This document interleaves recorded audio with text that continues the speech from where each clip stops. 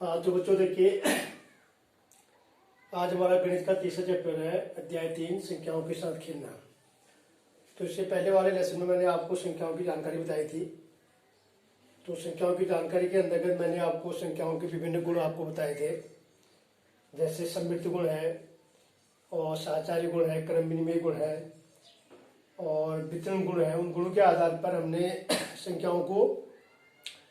संख्याओं की जो है संख्याओं की संख्याएं हल की थी। अब हम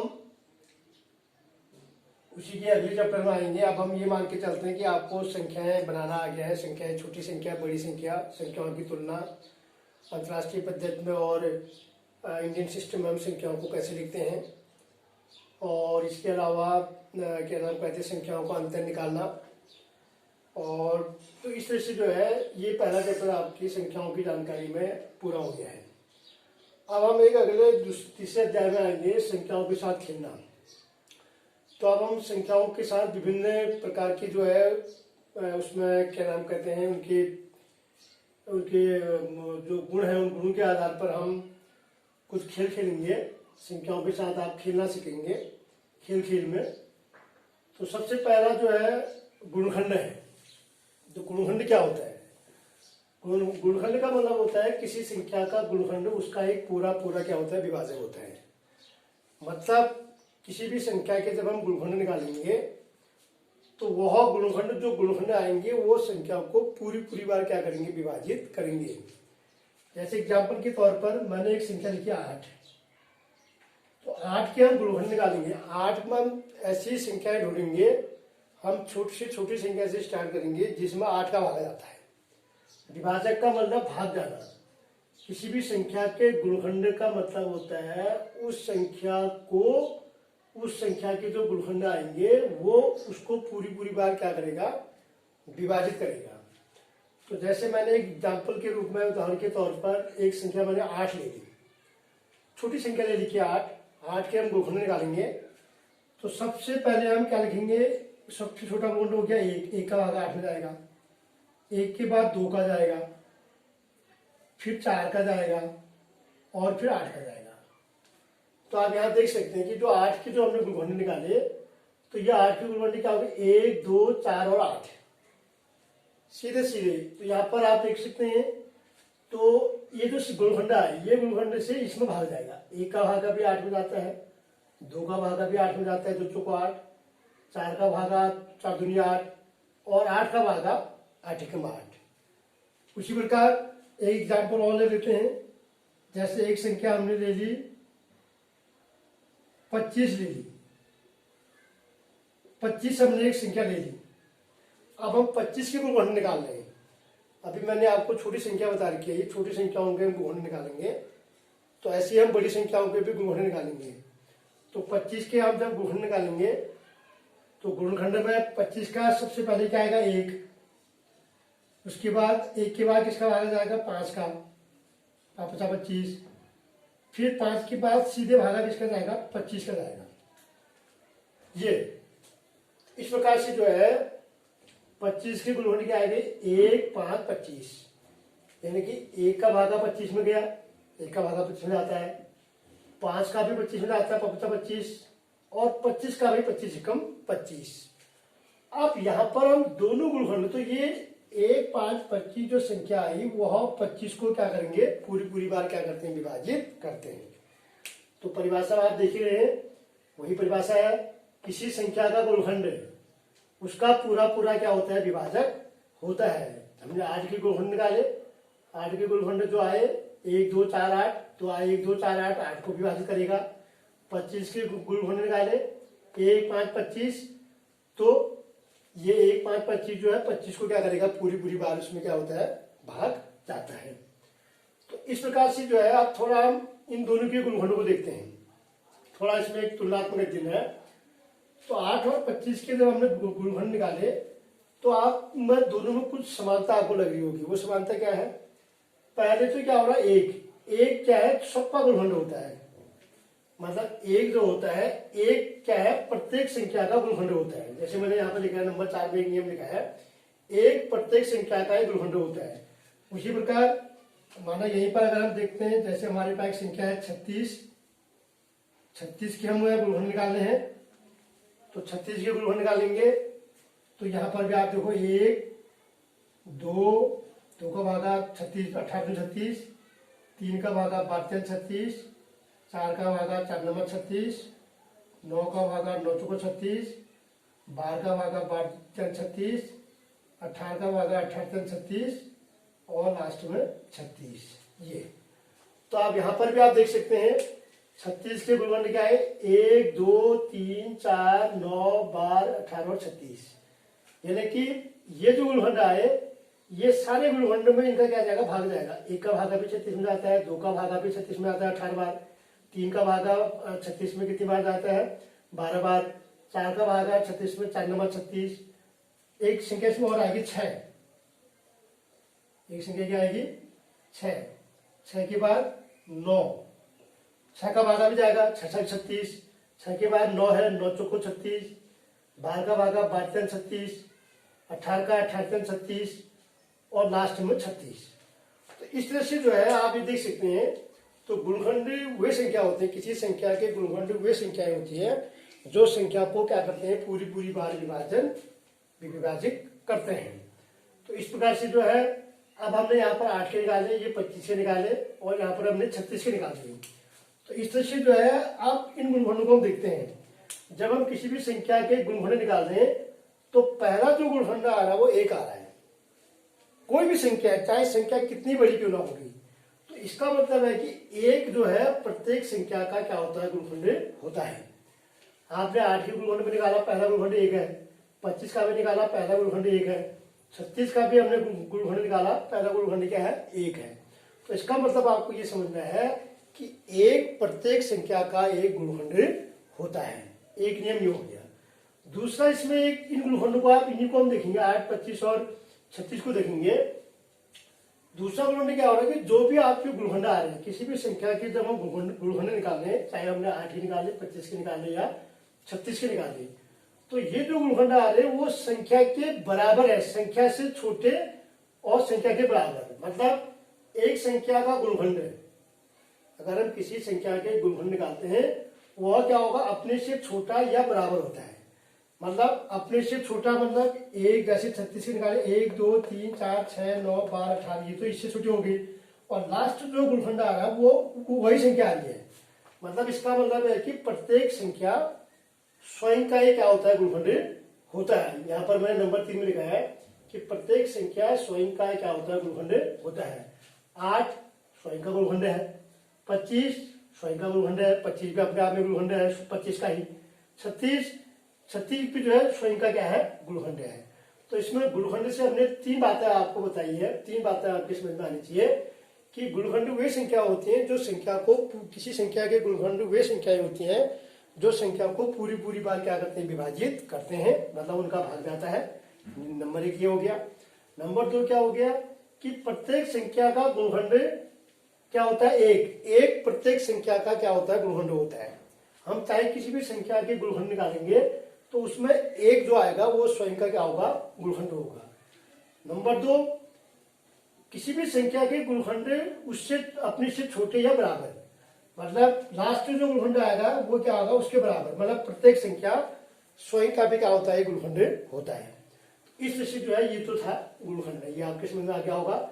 तो हम अगर संख्याओं के गुणनखंड निकालेंगे तो सबसे पहले हम किसी भी संख्या के जब हम गुणनखंड निकालेंगे तो जैसे इसी प्रकार भी और निकालेंगे। जैसे हमने निकाला है 45 से एक संख्या लिख दी, तो 45 का हम गुणनखंड निकालें तो 45 का गुणनखंड निकालने के लिए आप देख सकते हैं 45 में भागा पहले 1 का जाएगा, फिर 2 का जाता है, 3 का जाता है, 15 45, 3 के बाद फिर किसका भाग किसका जाएगा 45 में, 3 6 9 का जाता है, 9 5 45, फिर उसके बाद 9 के बाद किसका जाता है, 15 का जाता है, 15 के बाद फिर किसका जाता है सीधे, 15 के बाद 45 में भाग किसका जाता है, 15 की ओर सीधे सीधे किसका जाएगा, 45 का जाएगा, किसका जाता है 45 का। तो इस तरह से आप देख सकते हैं 45 के भी जब हम लोग गुणनखंड निकाले तो 1 3 9 15 45, तो स्वयं मतलब एक गुणनखंड होता है, एक स्वयं प्रत्येक संख्या का एक स्वयं गुणनखंड होता है। इसका भी गुणनखंड पहला 1 आ गया। और लास्ट गुणखंड इसका भी स्वयं भी एक संख्या स्वयं भी अपने आप में क्या होती है, गुणखंड होती है। तो इस तरह से जो है ये क्या हो गया, 45 के गुणखंड हो गए। तो ये तो बात थी गुणखंड की, ठीक हो गया। आप उसी प्रकार हम बात करते हैं गुणज की। ये गुणखंड आपके आगे, गुणखंड पर भी आप फिर अभ्यास के प्रश्न बनाएंगे, फिर समझ में आ जाएगा। अब दूसरा टॉपिक है गुणज। गुणज क्या होता है? गुणज को हम कहते हैं मल्टीप्लीज। गुणखंड को क्या कहते हैं? फैक्टर।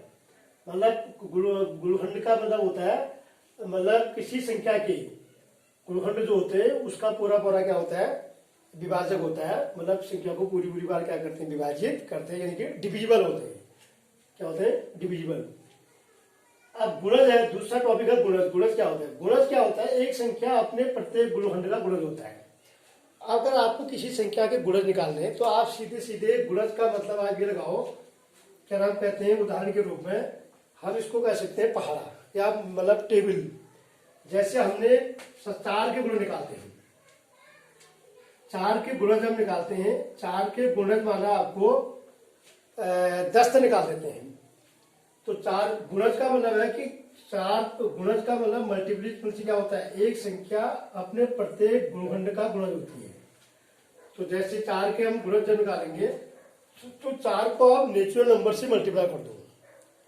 अगर 4 को आपके 4 के 10 तक आपको गुणज निकालने हैं तो आप 4 को क्या करेंगे, माना हमको 4 के 10 तक गुणज निकालने हैं तो आप 4 का पहाड़ा 10 तक लिख देंगे। जैसे 4 एकम 4, 4 दूनी 8, 4 तीन 12, 4 चौको 16, 4 पंचे 20, 4 छः 24, 4 सत्ता 28, 4 अट्ठा 32, 4 नवा 36, 4 दशम 40। ये 10 निकाले और भी आगे बढ़ेंगे। मतलब ये पूरे ये क्या होते हैं, इन्फिनिटी होते हैं। मतलब किसी संख्या के जब आप गुणा निकालेंगे तो वो क्या नहीं होंगे, समाप्त नहीं होंगे, क्योंकि जब आप उसको अगली संख्या से गुणा कर देंगे तो अगला आ जाएगा। जैसे कि 4 को आपने 10 तक गुणा किया, 40 तक, फिर 11 करेंगे 44, 11 फिर 12 से करेंगे, 12 से 48, 13 से गुणा करेंगे, इस तरह से आगे बढ़ते रहेंगे।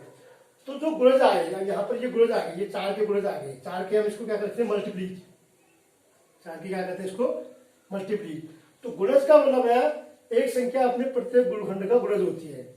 मतलब ये जो गुणज आएंगे ये क्या होंगे, ये इसके ये जो संख्या है ये इनका क्या है, गुणखंड है। मतलब एक संख्या अपने प्रत्येक गुणखंड का गुणज होती है। एक संख्या हमारे पास क्या है, 4 है, समझिए, और ये 4 जो है ये प्रत्येक गुणज का क्या है, गुणखंड है। मतलब ये इनका अपने आप में क्या है, गुणखंड भी है। ये तो गुणज, अगर हम संख्याओं के गुणज निकालेंगे तो आप सीधे सीधे किसी संख्या के गुणज निकालने का मतलब उसको आप प्राकृतिक संख्याओं से क्या कर देंगे, गुणा कर देंगे, मतलब उसका पहाड़ा लिख देंगे।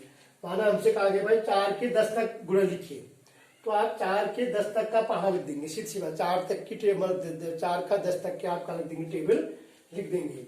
उसी प्रकार हमको माना 7 के निकालने हैं, 7 के गुणज निकालने हैं। 7 के गुणज हमें माना कहां से निकालने हैं, 6 से निकालने हैं।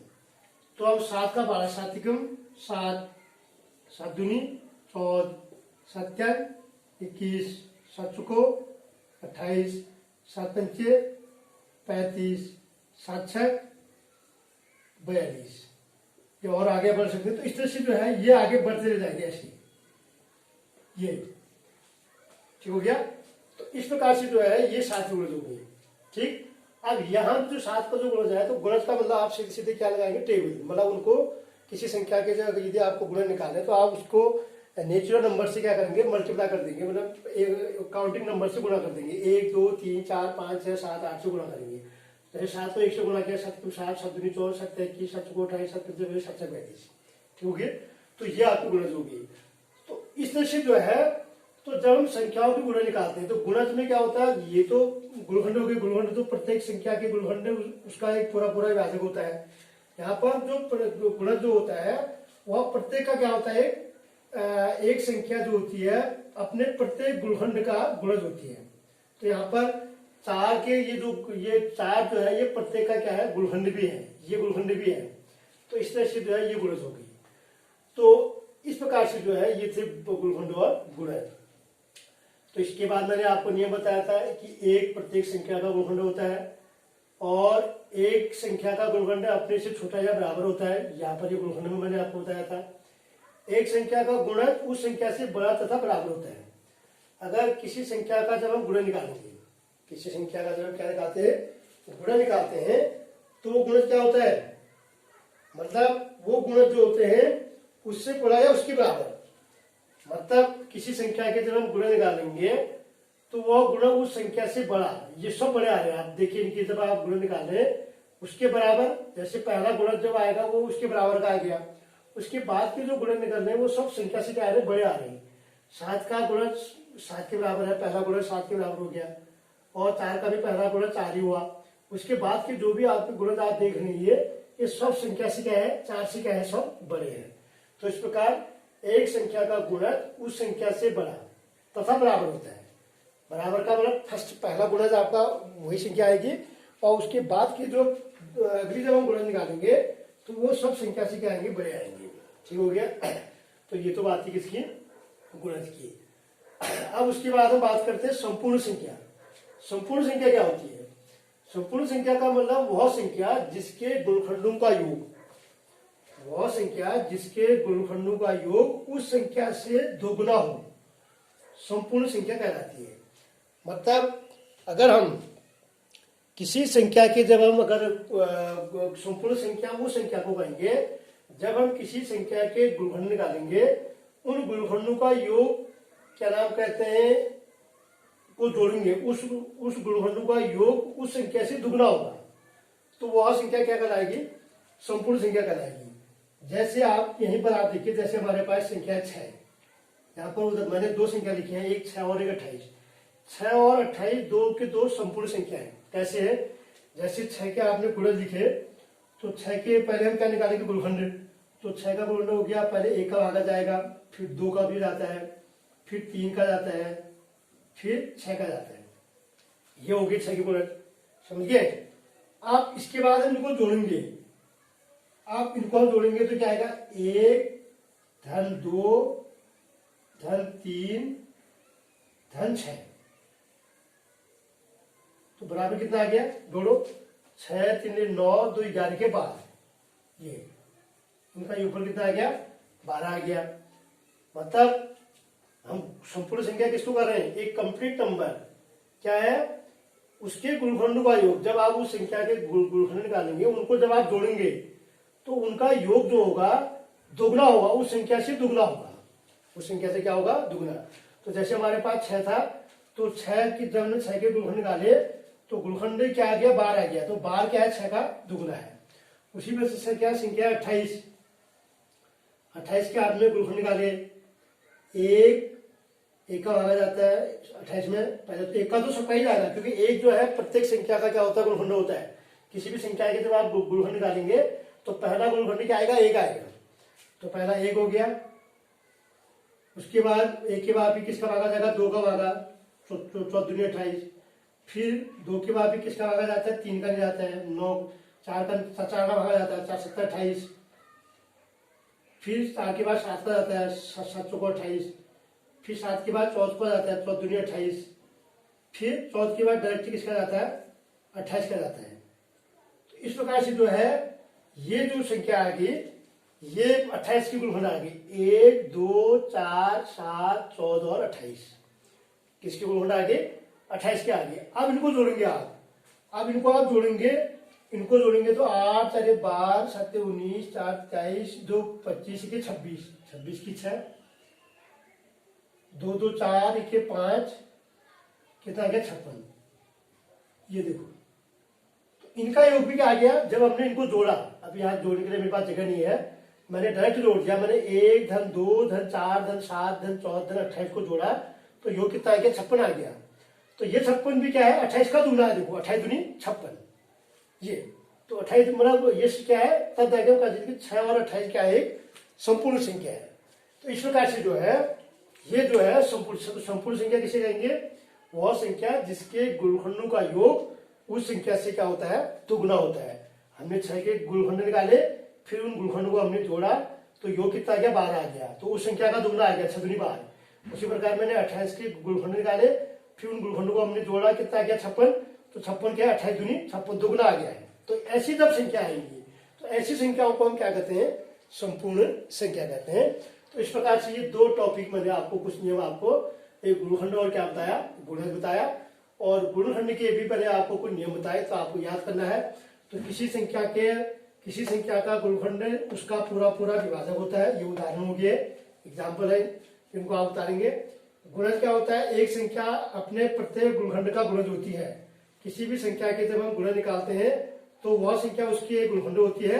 तो संख्या के गुणज निकालने का मतलब हम उसको क्या करेंगे, उसका टेबल लिख देंगे, समझ गए। और ये क्या होते हैं, कभी भी जो है समाप्त नहीं होते हैं, मतलब ये इन्फिनिटी होते हैं। मतलब गुणज जो होते हैं किसी भी संख्या के जब आप गुणज निकालेंगे तो वो क्या नहीं होंगे, समाप्त नहीं होंगे। और मतलब गुणज का मतलब आप सीधे सीधे क्या समझ रहे हैं, उनका क्या निकल देंगे आप, मतलब नेचुरल नंबर से आप उनको गुणा कर देंगे। एक पहले 4 को 1 से गुणा करेंगे 4, फिर 4 को 2 से गुणा करेंगे 8, फिर 4 को 3 से गुणा करेंगे 12। बस सीधे सीधे क्या हो गया, मतलब टेबल होगी। किसी भी संख्या के गुणज का मतलब उसका क्या लिख दो, टेबल लिख दो, सीधी सी बात है। और प्रत्येक संख्या स्वयं का एक गुणनखंड होता है। क्या आपने देखा कि जब किसी भी संख्या के जब हम गुणनखंड निकाल रहे हैं तो स्वयं संख्या क्या होती है, एक गुणनखंड है। जैसे 8 का स्वयं अपने आप में गुणनखंड है, 25 स्वयं गुणनखंड है। ऐसी मैंने क्या नाम कहते हैं 36 का निकाला, 36 का भी क्या है, स्वयं का गुणनखंड है। और तीसरा नियम, चौथा नियम बताया था, एक प्रत्येक संख्या का गुणनखंड होता है। किसी भी संख्या के जब हम गुणनखंड निकाले तो चाहे वो 8 के निकाले, 25 के निकाले, 36 के निकाले, तो स्वयं एक जो है प्रत्येक संख्या का क्या होता है, गुणनखंड होता है। तो पहला गुणनखंड किसी भी संख्या का क्या आएगा, 1 आएगा। उसके बाद एक संख्या का गुणज उस संख्या से बड़ा तथा बराबर होता है। किसी भी संख्या, अगर हम एक संख्या के जब हम गुणज निकाले, जैसे हम 4 के गुणज निकाले और 7 के निकाले, तो वह गुणज क्या होंगे, उस संख्या से बड़े तथा बराबर। तो बराबर का मतलब पहला गुणज तो उन्हीं के बराबर आ गया। उसके बाद के जो गुणज आप देख रहे हैं सब संख्या से क्या है, 4 से बड़े हैं, ये भी सब 7 से बड़े हैं। उसके बराबर का मतलब पहला गुणज वही आएगा, स्वयं संख्या आएगी। उसके बाद अगला जो गुणज आएगा, जब हम उसको 2 से गुणा कर देंगे, चाहे 4 को हमने 2 से गुणा किया 8, 7 को 2 से गुणा किया 14, तो ये गुणज बाकी जो है, ये गुणज सब क्या आ रहे, संख्या से बड़े हो रहे हैं। तो एक संख्या का गुणज उस संख्या से बड़ा तथा बराबर होता है, ये नियम भी बता दिया है। फिर लास्ट में बताया संपूर्ण संख्या। तो संपूर्ण संख्या वह संख्या जिसके गुणनखंड का योग उस संख्या से क्या हो, दुगना हो। क्या कराती है, संपूर्ण संख्या। किसी भी जैसे 6 और 28, 6 और 28 दोनों क्या है, संपूर्ण संख्या है। हमने 6 के गुणनखंड निकाले, फिर हमने उन गुणनखंड को जोड़ा, योगफल कितना आ गया, 12 आ गया। तो 12 क्या है, 6 का दुगना है, 12 हो गया। और 28 के गुणनखंड निकाले, 28 के हमने गुणनखंड निकाले, फिर उसको जोड़ा, कितना आ गया, 56। तो ये 56 भी क्या है, 28 का दुगना है। तो इस प्रकार से क्या है, संपूर्ण संख्या। तो इसको जो है ये क्या नाम कहते हैं, मैंने पहले इसके संख्याओं के साथ खेलने के लिए गुणज और क्या बताया, मैंने आपको गुणनखंड बताए और उसके कुछ क्या बताए, मेन नियम बताए। अब उसके बाद हम क्या बनाएंगे, अभ्यास के प्रश्न बनाएंगे। इनको आपको क्या करना है, कॉपी में नए पेज से आप चैप्टर का नाम लिखेंगे और इनको अपने कॉपी में, फेयर कॉपी में उतारेंगे, ठीक है।